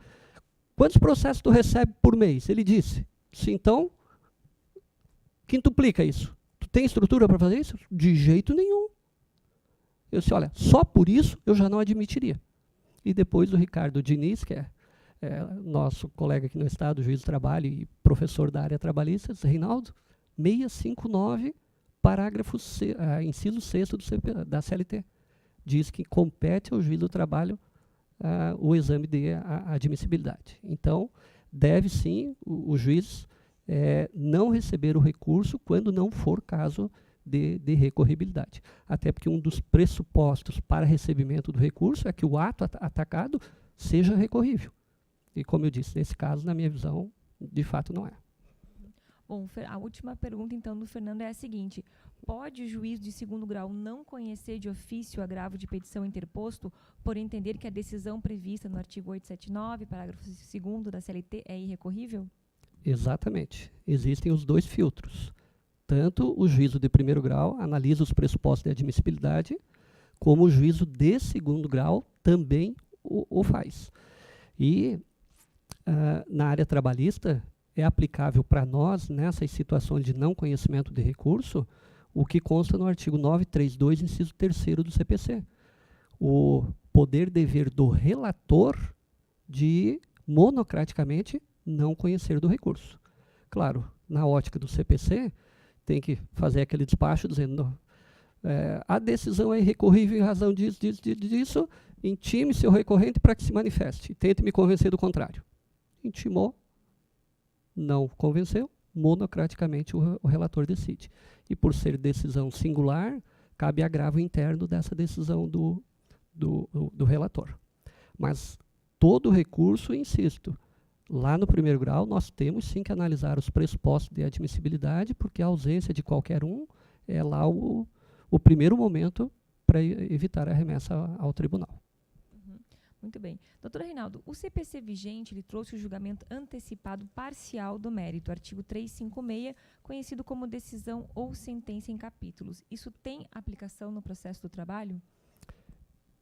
Essa é uma pergunta interessante, até porque, em razão do que eu reportei há pouco, as novidades que existem no Código de Processo Civil, que se aplicam ao processo do trabalho, mas que o nosso PJE não permite viabilizar a aplicabilidade do Instituto. Esse é um caso típico, porque o julgamento antecipado parcial do mérito é a tal da sentença em capítulos ou decisão em capítulos. Vamos imaginar, área trabalhista. É comum a petição inicial ter N pedidos, mas uma petição inicial com 5 pedidos. Na primeira audiência, o juiz percebe que, quanto às verbas rescisórias, não tem defesa. A empresa reconhece que deve as verbas rescisórias, inclusive, ou diz de forma expressa ou nem contestou esse assunto. Mas as outras 4 matérias são matérias controvertidas e o processo precisa ter andamento. O TST, quando entrou em vigor o CPC, naquela mesma semana, como eu disse antes, editou a Instrução Normativa número 39/2016, dizendo que essa previsão do artigo 356 do CPC, que é o julgamento antecipado parcial do mérito, sentença ou decisão em capítulos, é aplicável ao processo de trabalho, com a seguinte diferença. Enquanto lá no processo civil, o recurso cabível é agravo de instrumento da decisão que julga um pedido, o TST disse que na área trabalhista o recurso é o ordinário. Por quê? Porque o nosso agravo de instrumento é só para destrancar recurso não admitido. Aliás, só um comentário paralelo. O CPC vigente, no artigo 1015, traz um rol de situações em que cabe agravo de instrumento desde logo. A grosso modo, que não estiver ali não seria recorrível. O STJ já emitiu entendimento que em situações graves e dependendo do caso concreto, é possível mesmo fora daquele rol. O legislador do processo civil copiou o nosso processo de trabalho, quanto à irrecorribilidade das interlocutórias. Só que abriu N exceções. E, aparentemente, eram exceções numerus clausus, numeração fechada, e a interpretação já ampliou. Com mais razão, em razão disso, é que eu não admito, em hipótese alguma, o agravo de petição da decisão que julga a liquidação. Julgamento antecipado parcial do mérito. O juiz de trabalho, resolve dar andamento ao processo, marca uma segunda audiência para ouvir partes e testemunhas em relação àqueles outros 4 pedidos em que a causa não está madura. Quanto a esse pedido que está maduro, o juiz do trabalho resolve julgar. Ele julga. A parte faz um recurso ordinário, nos mesmos autos.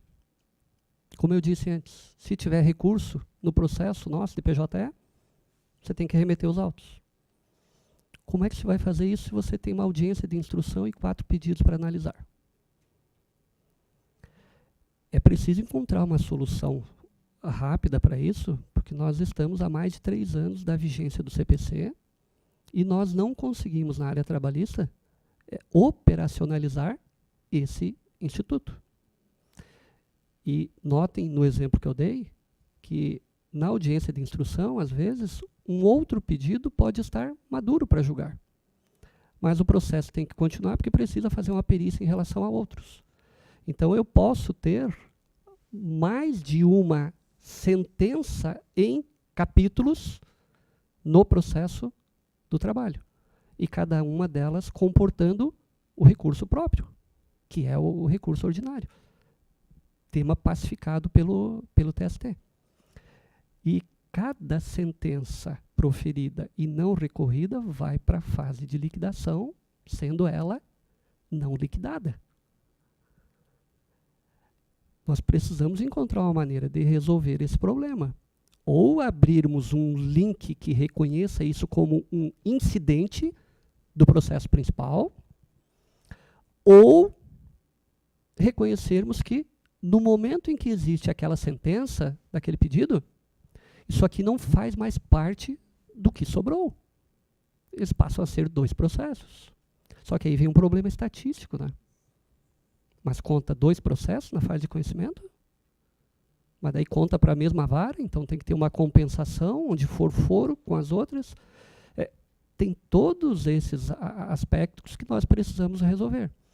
E, sobre esse tema, julgamento antecipado da lide, que na minha visão é uma das hipóteses de causa madura no primeiro grau, que nós temos esse tema causa madura no segundo grau, como é um tema muito novo em relação às novidades que vieram no atual CPC, tem uma obra que saiu bem recentemente, em que o nome dela é a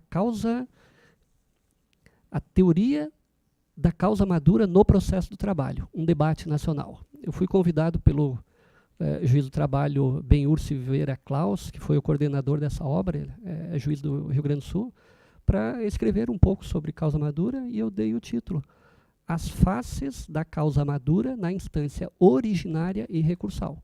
E aí eu analiso esse tema no âmbito do primeiro e do segundo grau, e dentre outros aspectos, abordo exatamente essa necessidade de atualizar o PJE para que tenhamos condições de agilizar o processo naquilo que a lei já permite que seja julgado, mas não só agilizar, permitir o recurso e fazer o cálculo. Mas, enquanto não se resolver esse aspecto de informática, nós estamos literalmente com as mãos atadas. Houve até quem me perguntasse, Reinaldo, você que vez ou outra inventa algumas coisas aí, diga uma maneira de resolver isso. Eu disse, olha, eu teria como resolver tranquilamente. Audiência inicial, verbas rescisórias não foram pagas? Não. Determino que a secretaria protocolize os presentes autos integralmente, e que venham conclusos para julgamento do pedido de verbas rescisórias. Só que eu iria gerar um segundo processo na vara. Para mim não teria problema, vara única. Onde for foro, volta àquela situação anterior. Ah, mas isso é uma gambiarra. Se eu tiver que resolver, eu vou ter que resolver.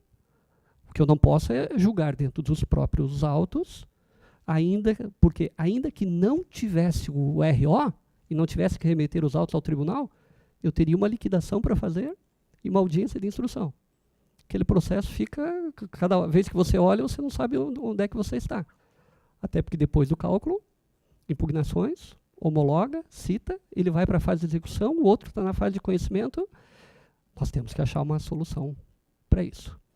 Então, por isso que é importante abordar esse tema de sentença em capítulo, porque ele tem relação também com o momento de se fazer o cálculo, e ainda tem uma outra situação sobre esse tema que até o momento o TST não se manifestou.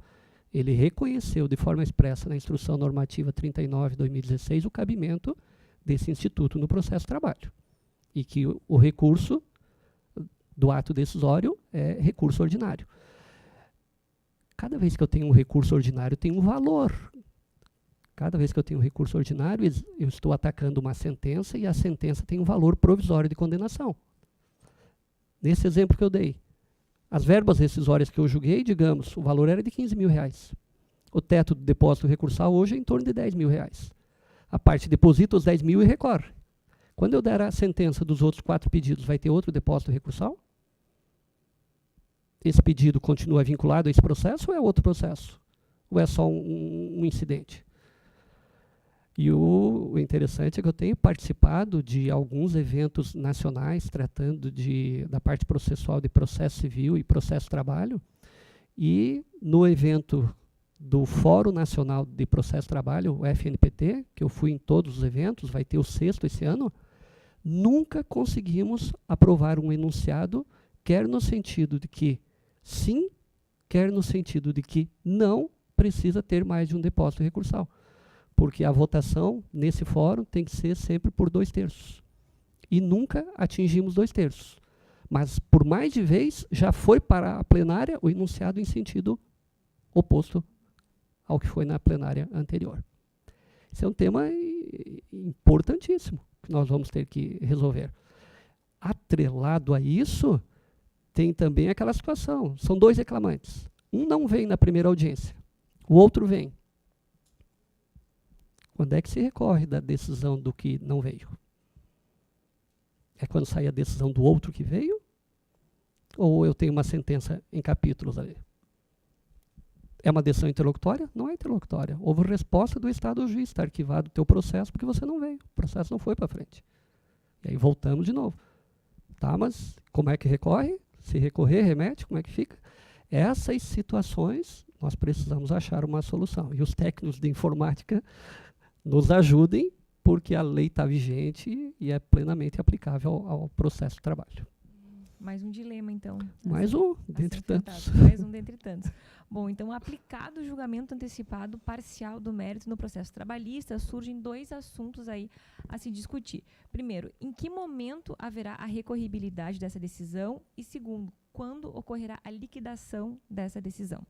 Eu acabei respondendo essa pergunta, né, porque não tem outra solução. Ou se faz dentro do próprio processo, ou se faz aquela gambiarra que eu disse. Fora isso, é melhor nem fazer o julgamento antecipado. Porque senão você fica numa encruzilhada que não tem solução dentro do sistema ainda. Bom, então vamos pular aqui. Ocorrendo a impugnação, doutor Reinaldo, por uma ou ambas as partes, qual é o procedimento que deve ser adotado? Considerando que o juiz entenda que é obrigação abrir vista às partes do cálculo de liquidação de sentença, o procedimento que eu tenho adotado, e conforme os gráficos que eu encaminhei, é de, se não tiver impugnação, ótimo, o juiz homologa e começa os atos executórios. E lá no PJE, inclusive, ele lança a decisão, né, solucionada a fase de liquidação e determina que se inicia a execução. Agora, se houver impugnação, primeiro, olhar qual é o conteúdo da impugnação, que às vezes pode ser uma matéria simples, matéria de direito, que não há necessidade de ouvir quem fez o cálculo. Em sendo isso, matéria de direito, dá vista à parte contrária para assegurar o contraditório e julga. Se a impugnação trouxer uma parte técnica de cálculo, eu tenho por hábito dar vista a quem fez o cálculo para que ele preste esclarecimento e, prestado o esclarecimento, eu abro novamente a vista às partes com o prazo de 8 dias, prazo comum de 8 dias úteis, para falar de itens e valores sob pena de preclusão, exatamente para saber, continua a insurgência? Caso ele diga que não, o processo está apto para homologar a conta. Só que nesse caso eu conto a historinha. Tá? Houve o cálculo, houve vista, parte tal impugnou, voltou para o perito retificou ou ratificou, aberta a nova vista, ambos concordaram, ambos silenciaram, um silenciou, o outro concordou expressamente, ou seja, não tem divergência. Em razão disso, dou por solucionada a ou as impugnações. E não tem como lançar no PJE essa solução de impugnação. Dou por solucionada, né, homologo o cálculo e vai ser encerrada a fase de liquidação, mando registrar o início da execução. Me parece que esse procedimento ele é adequado, embora possa demorar um pouquinho, porque nós conseguimos começar a execução sabendo que o valor é exatamente aquele. E do que eu tenho visto, e eu até fiquei com receio no início de adotar esse procedimento, e todo o processo tem impugnação, não foi o que aconteceu. Não foi. As impugnações são bastante raras, e ainda assim, quando tem a manifestação do perito, que tanto retifica como ratifica, no mais das vezes as partes não insistem naquela insurgência. Então, em termos de tempo, me parece bastante adequado o procedimento que tenho adotado. Mas, como sempre disse e digo, respeitar todos os entendimentos. Sim. E se o juiz rejeitar a impugnação, não cabe recurso? A decisão é irrecorrível. É irrecorrível porque estamos em fase de liquidação de sentença e não há nenhum dispositivo que preveja a recorribilidade dessa decisão interlocutória. Bom, e se a parte devedora, intimada para falar sobre a conta de liquidação de sentença, fizer a proposta de pagamento parcelado, como o juiz deve proceder? Dá vista à parte contrária. A parte contrária concordando, o que nós temos? O cálculo está solucionado. Porque ela tanto pode fazer uma proposta levando em conta aqueles valores, ou dizendo, olha, existe tal equívoco no cálculo, retirando aquele equívoco, estou propondo X. Houve a parte contrária. A parte contrária concordando, está resolvido. E aí com o seguinte detalhe, como nós estamos em fase ainda de liquidação da sentença, se tem a composição e o valor está definido, tem que encerrar a fase de liquidação. Porque quanto ao cálculo, quanto ao valor, não se discute mais. E apenas para que os colegas que trabalham nas varas do trabalho reflitam, me parece que nesse caso seria conveniente, além de homologar a composição e dar por resolvida essa fase, registrar o início da execução, para tirar o processo da fase de liquidação, porque ele não está mais em discussão de cálculo. Ele está com valores definidos, inclusive o objetivo da liquidação é isso, é transformar em números aquilo que foi reconhecido pela sentença. E colocar esse processo em execução, registrar, e tem que registrar manualmente no PJE o início da execução, e aguarda o cumprimento do acordo. Se ele for descumprido, apenas vai ao contador para deduzir o que foi pago e, após, dar o procedimento já dentro da execução. E caso ocorra o integral cumprimento, o juiz tem que proferir uma sentença de extinção da execução. E isso é interessante porque quem adota o procedimento de abrir vista do cálculo, em muitas situações ocorre isso, de vir petição de acordo naquela fase. E estatisticamente, não esqueçamos, todos os nossos números são fiscalizados. A vara que não tem processo em execução é uma vara que pode precisar de menos servidores. Então, me parece conveniente que todos façamos o mesmo encaminhamento, porque número X de processo em fase de conhecimento, número X em liquidação e número insignificante em execução, isso pode trazer repercussões para nós no futuro. E não estamos fazendo nada de ilegal, nada de irregular. Cada fase tem um objetivo. Nós superamos a fase de conhecimento, foi reconhecido o crédito. Na hora de apurar o valor do crédito, e normalmente é depois de vista da conta que vem, às vezes, a proposta de acordo. Acordo, no mais das vezes, levando em conta exatamente aqueles valores e fazendo a proposta do pagamento. Ou seja, aquela fase está solucionada. Então, se aquela está solucionada, a anterior está solucionada, esse processo está onde? Porque senão ele vai ficar no chamado limbo da liquidação. Aí quando o corregedor passar na tua vara, por que você tem 500 processos em liquidação? Eu não tenho 500. Tem. Olha os dados estatísticos. Daí tu vai lá e olha, tem um monte que não. A fase de liquidação, na verdade, encerrou. Então, para reflexão dos colegas, tanto os servidores, para que levem também aos magistrados, né, que atuam nas unidades, ver se não é conveniente analisar esse tipo de situação. E um detalhe curioso, que ontem ainda, eu me deparei com essa situação. Impugnação de cálculo. Vai ao perito, volta, e aí eu tenho que julgar a liquidação porque a parte insiste. Na verdade, eu profiro uma decisão quando eu julgo. Né? E no PJE tem decisão proferida na fase de liquidação. Proferir a decisão no sentido de rejeitar. Só que na mesma decisão, eu rejeito, já coloco aquele parágrafo que não cabe recurso desde logo, homologo o cálculo e já determino o registro do início da execução com a citação do executado. Eu consigo lançar, nesse momento no PJE, decisão proferida, porque sempre que eu analisar uma impugnação, eu proferi uma decisão, e eu consigo lançar também encerrada a liquidação. O sistema permite 2 lançamentos em ato único.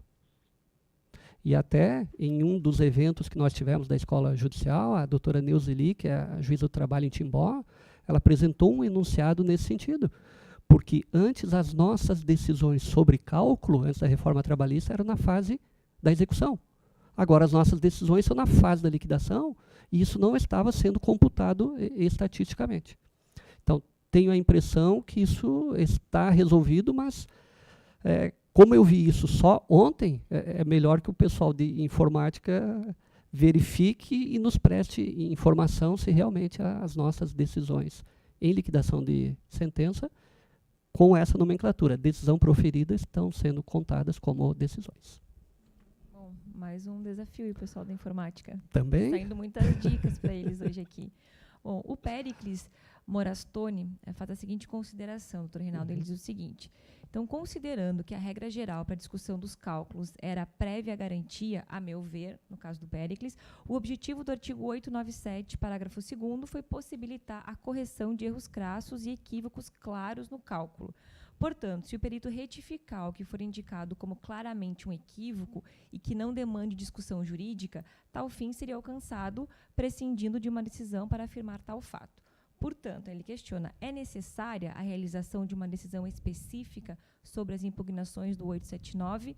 E se for, em caso de necessária tal decisão, sendo irrecorrível, qual procedimento em relação aos embargos à execução será necessário ratificar as insurgências e decidir novamente? Abre prazo para agravo?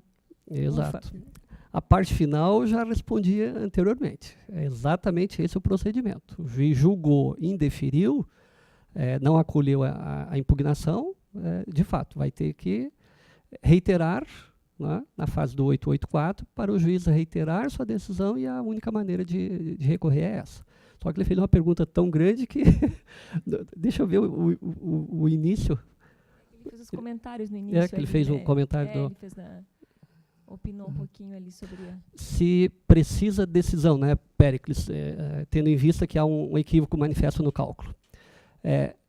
Cálculo elaborado, veio a impugnação, das duas uma.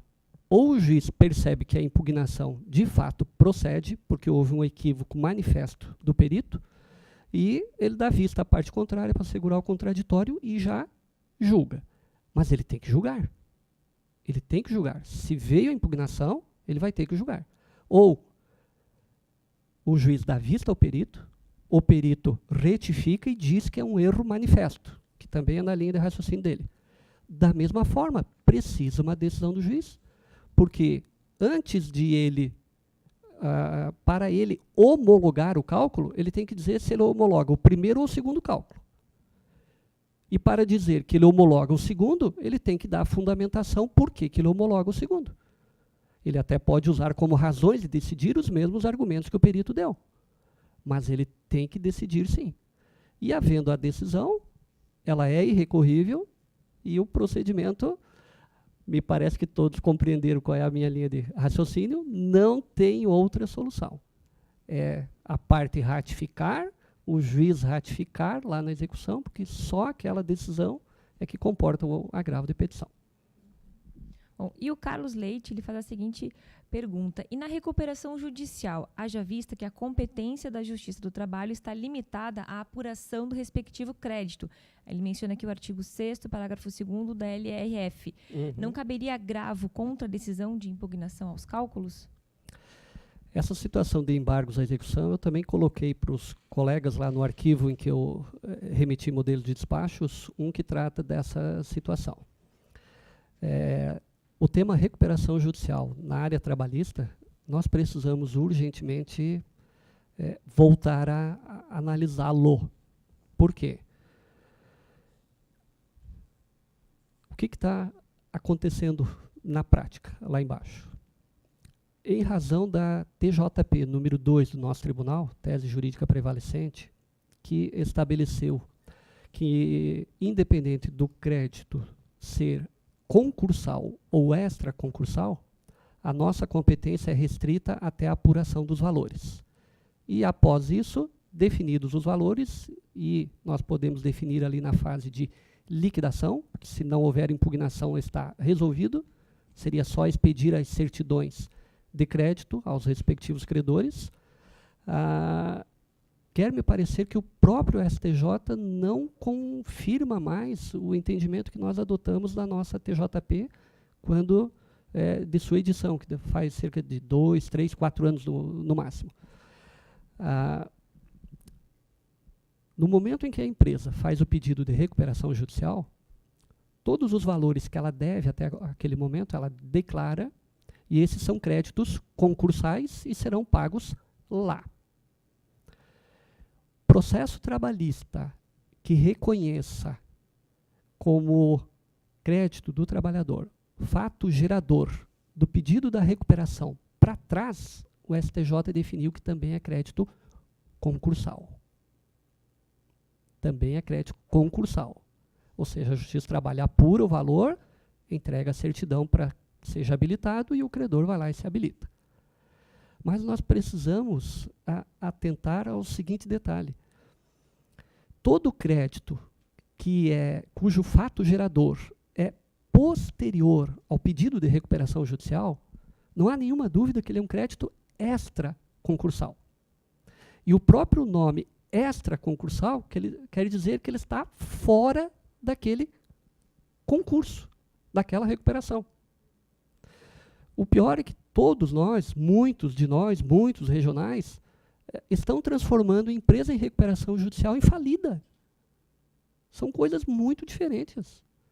Na falência, sim, a Justiça do Trabalho apura o valor, expede a certidão e arquiva o processo trabalhista. Na recuperação judicial, quando o crédito é extraconcursal, a própria lei da recuperação diz, quando muito, suspende por 180 dias, ou agora esses 180 já ficaram ad eterno, né, segundo o entendimento do STJ, mas crédito extraconcursal não é para expedir certidão de habilitação de crédito, porque não há competência do juízo da recuperação em cobrar ou executar esse crédito. A competência é própria, seja do juiz do trabalho, do juiz estadual ou do juiz federal, quanto a créditos desse devedor. Ao apresentar o pedido de recuperação judicial, a empresa diz quanto que ela deve. Quando muito, ela pode ser pega de surpresa com os processos que vierem depois e tenham como fato gerador aquele período do pedido para trás. Mas tudo que é fato gerador dali para frente, isso é crédito extraconcursal. Nós precisamos rever essa situação, porque muitas empresas estão literalmente cruzando os braços e nós entramos na tese que hoje, na minha visão, não se sustenta mais, na tese do STJ, que tudo é cobrado no juízo da recuperação e mediante expedição de certidão de crédito trabalhista. Crédito extraconcursal, a competência não é do juiz da recuperação, e a hora que eles perceberem isso, vão começar a devolver as nossas certidões. E o entendimento do STJ que, quando é suscitado conflito de competência, porque a recuperação judicial tramita no juízo civil, o processo de trabalho perante uma vara do trabalho.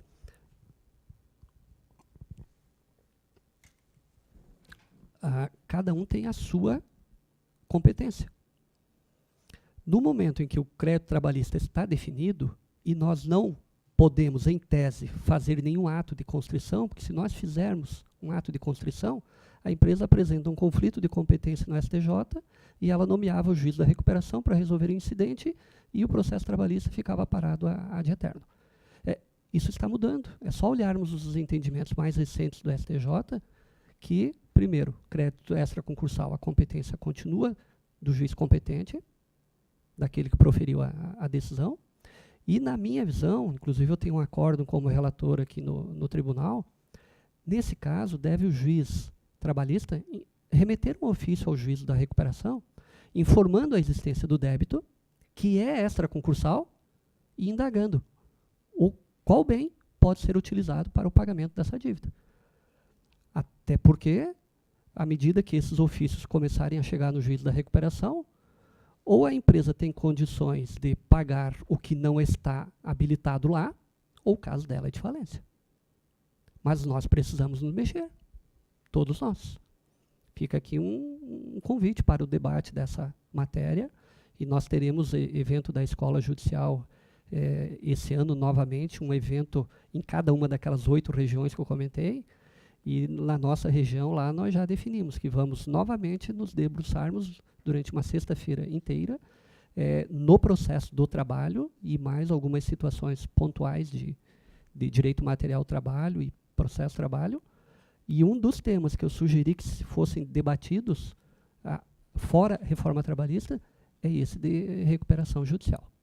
Podemos até mantermos o mesmo entendimento de hoje, mas nós precisamos dialogar, conversar sobre esse tema importantíssimo. Eu tenho uma empresa na minha região que tinha uma filial lá, eu tenho 800 execuções. A grande maioria é crédito extraconcursal. Faz o quê? Então, não é só a reforma trabalhista, direito material e direito processual, mas outras temáticas também que comportam esse tipo de evento. Até já houve um talk show há 1 ou 2 anos tratando, né, de recuperação judicial. Recordo, foi aqui no plenarinho também. E o tema tem que voltar a ser debatido. Fica a dica então, né, Cláudia? Um próximo talk show aí, quem sabe. Bom, a gente tem mais uma pergunta aqui da Jamile Secato de Carvalho. Ela questiona um pouquinho sobre o início do nosso talk show, lá sobre, quando a gente estava falando sobre a inicial, pedido líquido, ou melhor, pedido cálculo. Indicação do valor. Indicação de valor determinado e certo. Ela fala o seguinte: doutor Reinaldo, mas a ideia de inserir o valor dos pedidos, pelo menos por estimativa na petição inicial, não seria para facilitar a conciliação nas audiências, justamente porque anteriormente o autor não tinha ideia do quanto, né, seria o seu pedido? Ok. Esse é um argumento também para dizer que o legislador, se quisesse pedido liquidado, ele teria dito pedido liquidado e mais, com a revogação do artigo 879 da CLT, que trata da liquidação, porque se a petição inicial tivesse que ser líquida, nós não teríamos liquidação. Então teria que revogar também o 879, que trata da liquidação, porque terminada a fase de conhecimento, já entraríamos de imediato na própria fase seguinte, que seria a fase de cobrança. Mas, como ponderei, é só uma linha de entendimento. Cada magistrado tem o seu convencimento, as suas razões, e o que eu tenho visto é que há um número substancial de processos chegando ao tribunal, tratando exatamente dessas sentenças, sem exame de mérito, em razão de se entender que o que se indicou na inicial não atende completamente esse requisito da indicação do valor, que eu jamais chamarei de pedido liquidado. Bom, muito bem. Nós encerramos aqui as perguntas que foram enviadas previamente, então passo a palavra aos colegas aqui da plateia, que tem alguém que quiser fazer alguma pergunta, algum questionamento ao doutor Reinaldo. Silvano. Olha, o nosso horário de 16 horas está pontual, né? 16h01. Pontualmente. Os colegas que, acaso queiram também encaminhar alguma pergunta ao SEDUC tratando do tema, eu respondo ao SEDUC para que possa replicar também a todos, né, que tiverem interesse. Tá? Bom, então vou passar a palavra ao doutor Reinaldo para fazer as suas considerações finais, então. Letícia, muito obrigado pela tua administração nesse evento. Trocamos ideias durante a semana, e-mails, e eu acho que ela está sabendo tanto de liquidação quanto eu, porque ela já começou a fazer observações que eu nem tinha visto em relação ao tema. Imagina um bom professor, né? Aí fica fácil. Cláudia, obrigado também pelo convite, mais uma vez, poder participar de um talk show. É sempre muito importante poder trocar ideias, debater com os colegas. E a área jurídica, temas não faltavam. Depois do novo CPC e da reforma trabalhista, que não faltam mesmo. O problema é que está faltando tempo para nós conseguirmos conversar como precisamos, né, a respeito desses assuntos.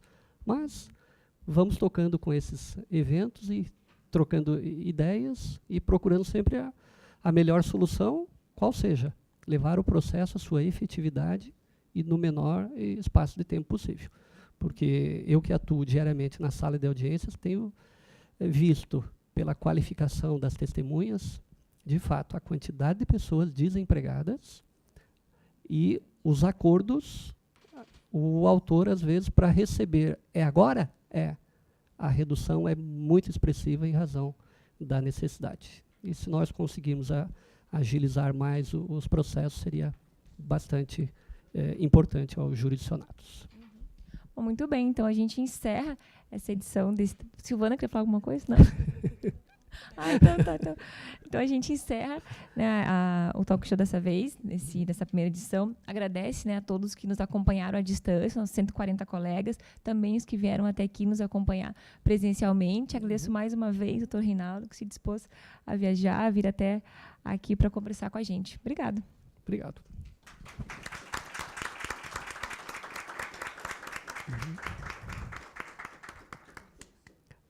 Minha primeira fala... Ele veio correndo aqui me avisar.